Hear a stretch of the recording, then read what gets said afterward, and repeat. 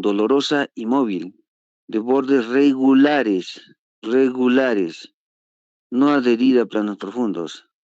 La faringe está ligeramente hiperémica y varias adenopatías de menos de 1 centímetro forma satélite, cercanas a la adenopatía cervical principal. Bien, se hace una serie de exámenes, ¿no? Hemograma, bioquímico, serológico, para mononucleosis infecciosa, para VIH, rayos X de tórax, ¿no? Y bueno, como ya hemos visto, la masa no es una masa cervical, etcétera, y sale positivo el Epstein-Barr, virus de Epstein-Barr, positivo inmunoglobulina G, que traduce infección antigua, ¿no? También el virus de Epstein-Barr, inmunoglobulina M, que es negativo, que traduce, o sea, evidentemente es una infección antigua, ¿no? La infección por virus de Epstein-Barr. Ustedes saben que la inmunoglobulina M es de la fase aguda, de la enfermedad aguda, y la inmunoglobulina G es de la fase antigua, ¿no? O sea, es una infección antigua. Entonces, lo que primero se hace, pues generalmente como la causa son infecciosas y el virus de Epstein-Barr es negativo, ¿no? A fase aguda. O sea, no hay una infección reciente por Epstein-Barr. Se le da amoxicilina más ácido clavulánico por 7 días y AINES por 5 días. Pasamos a la siguiente, a ver.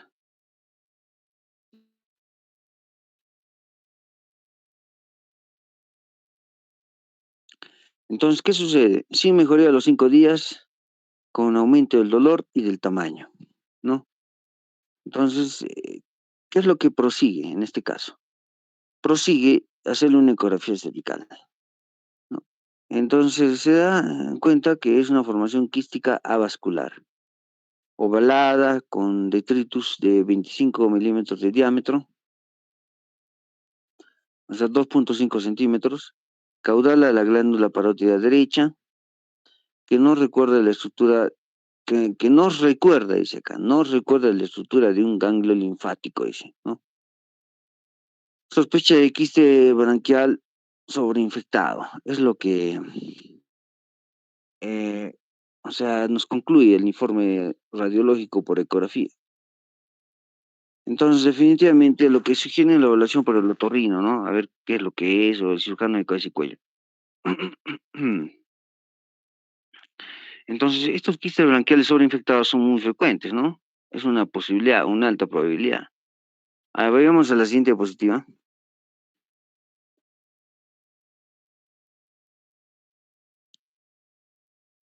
Bien, como hemos podido ver, el estudio de imagen que ha definido todo ha sido pues la ecografía, ¿no?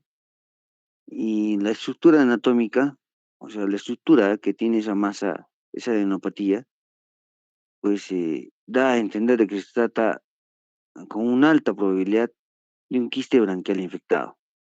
¿Qué es lo que sucede en estos casos? Los quistes branquiales, pues, por más que le des antibióticos, no van a mejorar. Lo que sigue es un tratamiento quirúrgico, una extirpación total del tumor, ¿no? O de esa masa. Entonces, el tratamiento quirúrgico es ideal en este tipo de pacientes. Por eso es importante darle el apoyo a la ecografía, que a veces a la punción con hoja fina, ¿no? Para establecer, tomar una biopsia y hacer el estudio anatomopatológico. Bien, vamos avanzando. Las masas de adenopatías cervicales son un motivo frecuente de consulta, muy frecuente de consulta. Tenemos, em, debemos entender de que al hacer el diagnóstico, tenemos que considerar que la región cervical es una región muy noble, porque existen estructuras vasculares, venosas, arteriales, nerviosas, etcétera, y también tienen componente estético, ¿no? Por lo tanto, tienen que tener un tratamiento adecuado, una cirugía adecuada, con una incisión adecuada, etcétera, etcétera. Para que de esta manera el paciente no sea afectado a través de un tratamiento. La siguiente, por favor.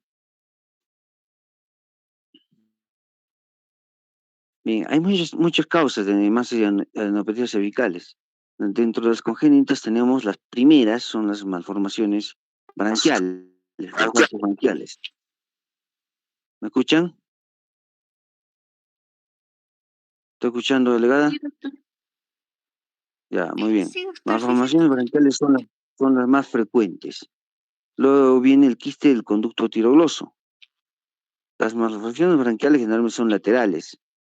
El quiste del conducto tirogloso generalmente es en el medio. Puede haber anomalías vasculares como hemangiomas, etcétera. Puede haber un laringocele, teratomas, restos tímicos, etcétera. Patología inflamatoria, como linfadenopatías infecciosas y linfadenopatías no infecciosas. ¿Listo? Tumorales. Puede haber metástasis de carcinoma de cabeza y cuello, ¿no? Masas tiroideas y paratiroideas, ¿no? Por ejemplo, nódulos tiroideos. ¿Quién está con su audio prendido, por favor? Que lo apague. Tumor de glándulas salivares, linfomas, paragangliomas y neoplasias veninas, ¿no? Entonces, todo esto hay que considerar cuando vemos una masa o una adenopatía cervical, ¿no? Entonces, definitivamente, este es nuestro abanico de posibilidades que debemos manejar siempre. Las más frecuentes les diré que son las inflamatorias. Luego vienen las congénitas y después las tumorales. ¿Listo? La siguiente, por favor.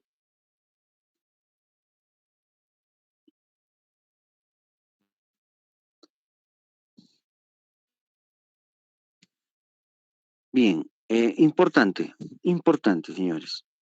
Según la localización puede haber adenopatías o masas del triángulo anterior y otros del triángulo posterior, ¿no? El triángulo anterior va del mentón al esternocleidomastoideo y a la horquilla esternal, o a la inserción del esternocleidomastoideo, ¿no? La línea media. De la línea media al esternocleidomastoideo, el mentón, maxilar, etcétera. Es un triángulo anterior. Y posterior es cuando hay detrás del esternocleidomastoideo, delante del trapecio y por encima de la clavícula, ¿no? Entonces es importante ver dónde está localizada esa masa para de alguna manera tener una orientación diagnóstica de qué es un quiste de conducto tirogloso, que generalmente se encuentra en la línea media, o un quiste branquial que generalmente se encuentra en la región lateral, ¿no? La siguiente, por favor.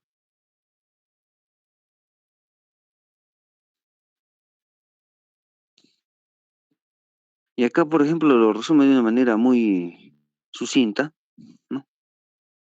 Mire, en el triángulo anterior, que hemos visto, ¿no? El triángulo anterior puede ser un quiste branquial, un quiste tímico que sube hasta arriba, unas cialoadenopatías, puede haber una adenitis inflamatoria, cialoadenitis de las glándulas salivares, tumorales como el linfoma, metástasis, tumor de cavidad oral, tumor de orofaringe, tumor de cavidades nasales, glomus carotídeo, ¿no? De la línea media, o sea, el triángulo anterior, señores, es hasta el borde anterior del esternocleidomastoideo, ¿eh? No se olviden, es un poquito lateral también, ¿eh? La línea media exclusivamente está el quiste del conducto tirogloso, puede haber un quiste dermoide, un laringocele, puede haber adenitis, cáncer de tiroides, un linfoma, etcétera. Esto es la línea media, por favor. Grábense lo de la línea media. Triángulo posterior, un linfangioma, una adenitis, un linfoma, una metástasis, tumor nasofaringio, un tumor supraclavicular que puede provenir de la región gástrica, etcétera, etcétera. Entonces queda claro el quiste del conducto tirogloso en la línea media y casi lateral están los quistes branquiales, son los más frecuentes. Y las adenopatías que pueden estar en cualquier localización, línea media, línea lateral, línea, triángulo posterior, etcétera, ¿no? La siguiente, por favor.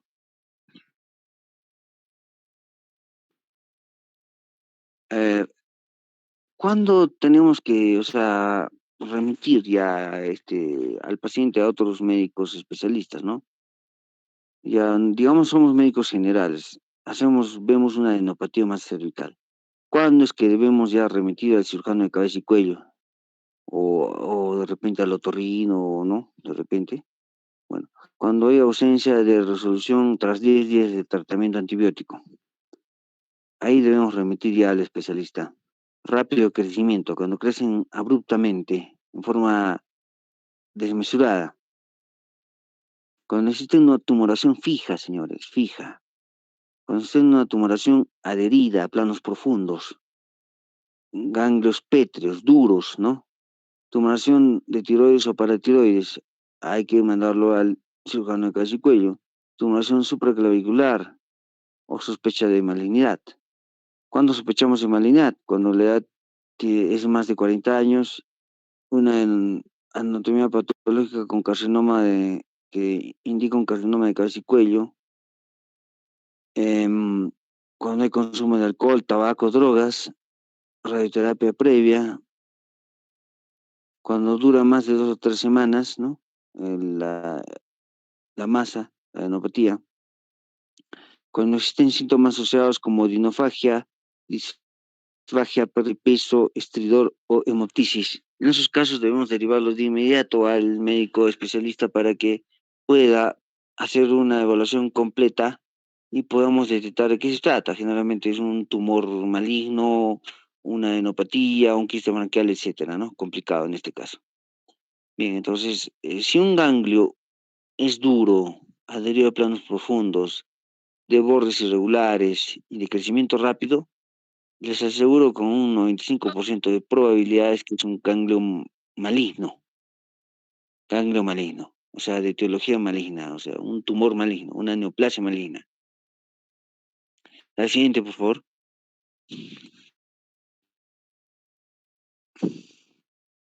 Quistes branquiales.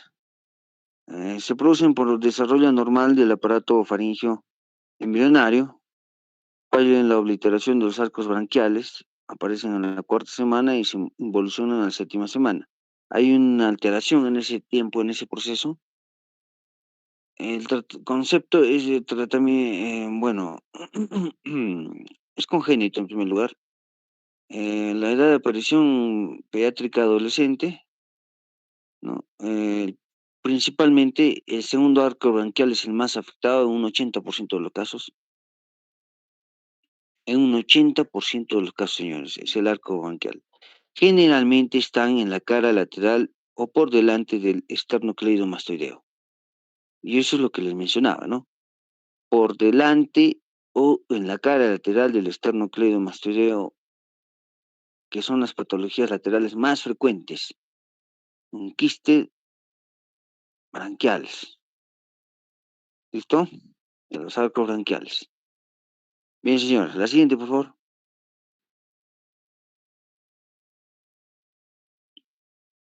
En primer lugar, los quistes branquiales del segundo arco branquial son generalmente asintomáticos. Son nódulos blandos, lisos, redondeados, indoloros y móviles, ¿no? Pero cuando se inflaman es cuando llaman la atención. Cuando se inflaman o se infectan es cuando debemos tener cuidado.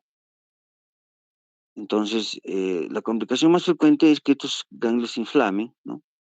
Se inflamen y cuando se inflaman, pues causan toda la clínica que hemos visto en el caso clínico, ¿no? Que se aumenta de tamaño, empiezan a doler, crecen forma rápida, exagerada, etcétera. La siguiente, por favor. Entonces, para hacer el diagnóstico, hagamos la anamnesis. ¿Cuánto tiempo tiene ese ganglio? ¿No? ¿Cómo duele o no duele? Etcétera. La exploración física. En la exploración física tenemos que ver la ubicación, triángulo anterior, línea media, triángulo posterior, las asimetrías, la consistencia y la movilidad, la adherencia a planos profundos, cómo está la cara o la cavidad orofaringia, ¿no? Definitivamente tenemos que evaluar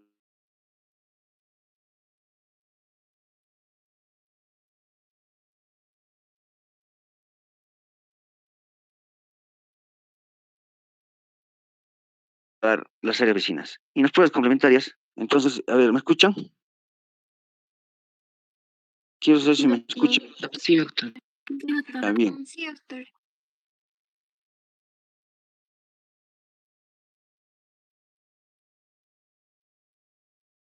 Pruebas toxoplasma, hepatitis, VIH, pruebas inmunológicas como el factor reumatoideo, proteinograma, pruebas anti-ADN para ver lupus, prueba de Montoux. ¿Para qué es la prueba de Montoux? Van a averiguar, ¿ya?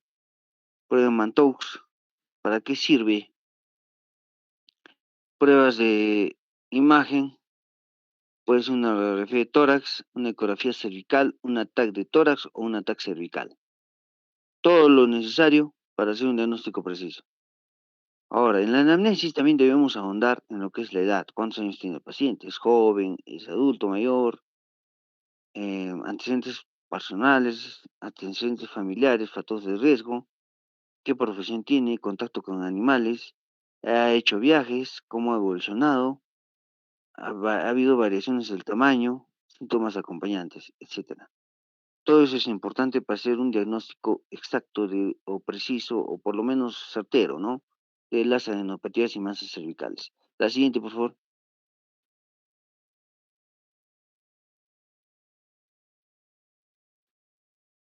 Bien, acá vemos, señores, una masa quística bien delimitada de paredes finas a nivel cervical. Esto a través de la ecografía, ¿no? A través de la ecografía que podemos ver, las imágenes de arriba son a través de la ecografía. Nos ayuda a ver que es una imagen redondeada, quística, etcétera. Ya en la tomografía, ¿no? Vemos ahí una imagen redondeada que está cerca de la arteria carótida y de la vena yugular interna. Está por delante de esas estructuras, al costado de la laringe. Entonces, ahí su delicadeza, ahí el hecho de que sea un quiste complicado, porque está adherido probablemente a estos grandes vasos. Su extirpación no va a ser fácil porque puede causar la ruptura de esos grandes vasos y una catástrofe en el paciente, ¿no? Entonces el cirujano tiene que estar preparado para poder controlar esas catástrofes en caso de que la exéresis de esta masa produzca un sangrado marcado, ¿no? Bien, esta es la tomografía, esta es una tomografía con contraste por si acaso, ¿eh? Si queremos ver masas y tumoraciones, tenemos que pedir siempre tomografías con contraste, señores. Tomografías de tórax, tomografías cervicales con contraste. Sin contraste no nos va a ayudar. Con contraste podemos diferenciar los grandes vasos que están ahí, ¿no? Que es la carótida, que está en la parte media, y lateralmente está la yugular interna. Y en la parte central está pues el nervio neumogástrico, ¿no? El décimo par craneal. La siguiente, por favor.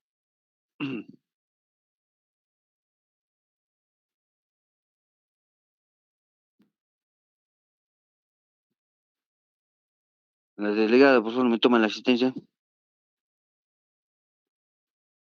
Esta vez vamos a ser más estrictos con la asistencia. Alumnos que no asisten a clase vamos a tener que restarle puntos o no considera el componente de puntaje en la nota final de la evaluación. ¿Listo? La puntualidad es importante. En primera la unidad hemos sido muy tolerantes, pero en este caso no, vamos a ser más rigurosos y más justos. ¿Listo? Bien, el diagnóstico de presunción se hace punción con hoja fina. Nos sirve para diferenciar quistes de masas malignas, ya, ya que la PAF, ¿no? La punción con aguja fina, punción aspiración con hoja fina, ayuda a diferenciar, a través de una punción de esa masa, con esa aguja fina, aspiramos células, ¿no? De ese quiste, de ese nódulo, y lo estudiamos, y establecemos la etiología benigno-maligna, ¿no? O un diagnóstico de confirmación, como es la histología. ¿En qué consiste? Hacemos una exéresis de ese nódulo de esa adenopatía. Generalmente se encuentra una lesión quística recubierta por tejido escamoso, estratificado con restos de queratina. Entonces, estamos hablando de un quiste epidermoide, un teratoma, etcétera. Si está rodeado por tejido linfoide, en el que puede existir centro germinal, estamos hablando de linfoma o un ganglio linfático, ¿no? Etcétera. Si hay infección, se objetivan células inflamatorias dentro o alrededor del quiste. Diferentes hallazgos que se van a encontrar en la histología, pero la histología solamente es para aquellos casos cuando se hace la exéresis, o sea, ya la resección de la masa tumoral o de la adenopatía, ¿no? Entonces, generalmente se prefiere la punción con hoja fina, aspiración con hoja fina, para lograr un diagnóstico diferencial entre benignos y malignos. La siguiente, por favor.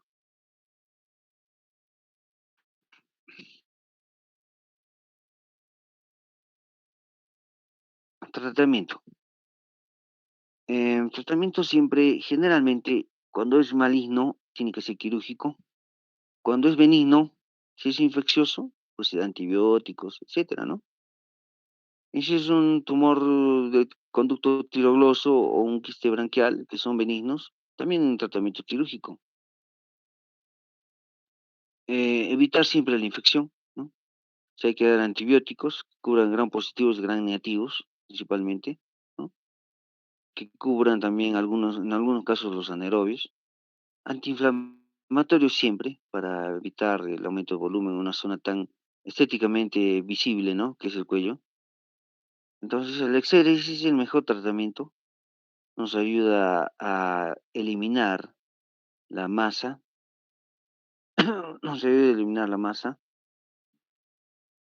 y de esta manera se puede hacer, sacar bordes sanos para, por seguridad, para evitar dejar células neoplásicas restantes, residuales, ¿no? La siguiente, por favor.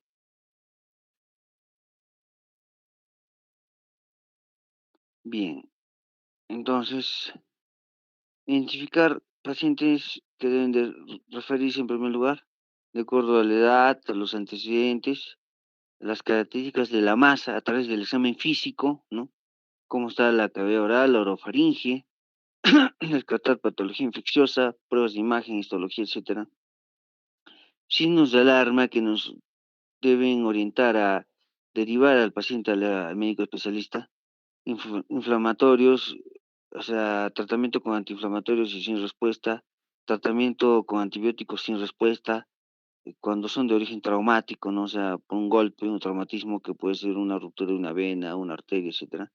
Criterios de malignidad, como hemos dicho, la enopatía cuando sea dura, pétrea, adherida a planos profundos, poco móvil, bordes irregulares, eh, haya problemas endocrinológicos, malformaciones congénitas o tumores benignos como el conducto tiroidoso, ¿no?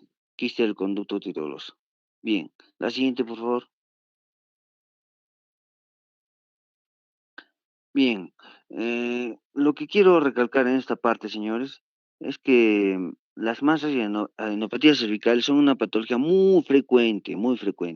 Es sus patologías de todos los días. Hay en niños, adultos, mayores. La principal causa es la infecciosa, sobre todo en cuadros de faringoamigdalitis, cuadros de otitis, heridas en la región craneal. Entonces, estos pacientes presentan enopatías cervicales grandes, ¿ah? De 3 centímetros, 4 centímetros. Y hay que darle antibióticos, antiinflamatorios para que bajen, ¿no? Y van bajando progresivamente. Son los más frecuentes. Los de conducto tiroglóbulos, etcétera, ya son cosas un poquito poco frecuentes, pero siempre hay que tenerlas en cuenta, dependiendo de la localización. Y no se olviden de que la ecografía toma con guiada, incluso la punción con hoja fina guiada con ecografía, para aspirar células neoplásicas o células tumorales de los quistes o de las masas, es la prueba de elección, ¿no? Y finalmente la cirugía, cuando ya queremos hacer un diagnóstico más preciso, más exacto, y queremos erradicar también esa masa o ese tumor a nivel cervical, ¿no? Eso es importante. Muy bien. Si hubiera alguna pregunta delegada o algo, compañeros, a ver, es el momento para hacerla. De lo contrario, damos por terminada la sesión.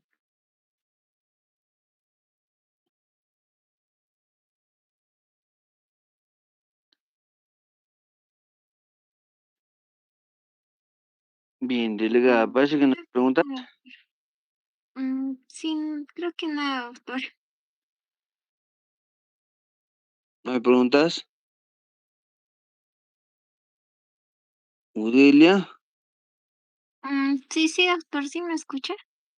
sí, sí, ahora sí te escucho. No hay preguntas, ¿no? Creo que no, doctor. Ya, muy bien.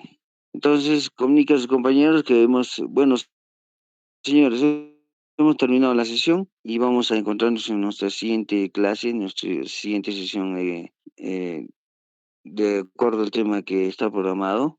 Ya en coordinación previa con su delegada vamos a fijar la fecha para darle la clase respectiva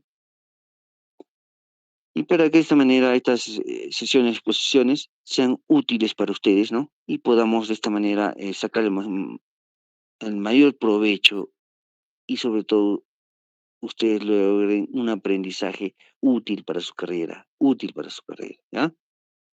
Muy bien, señores. Buenas noches, muchas gracias y hasta luego. Gracias, doctor.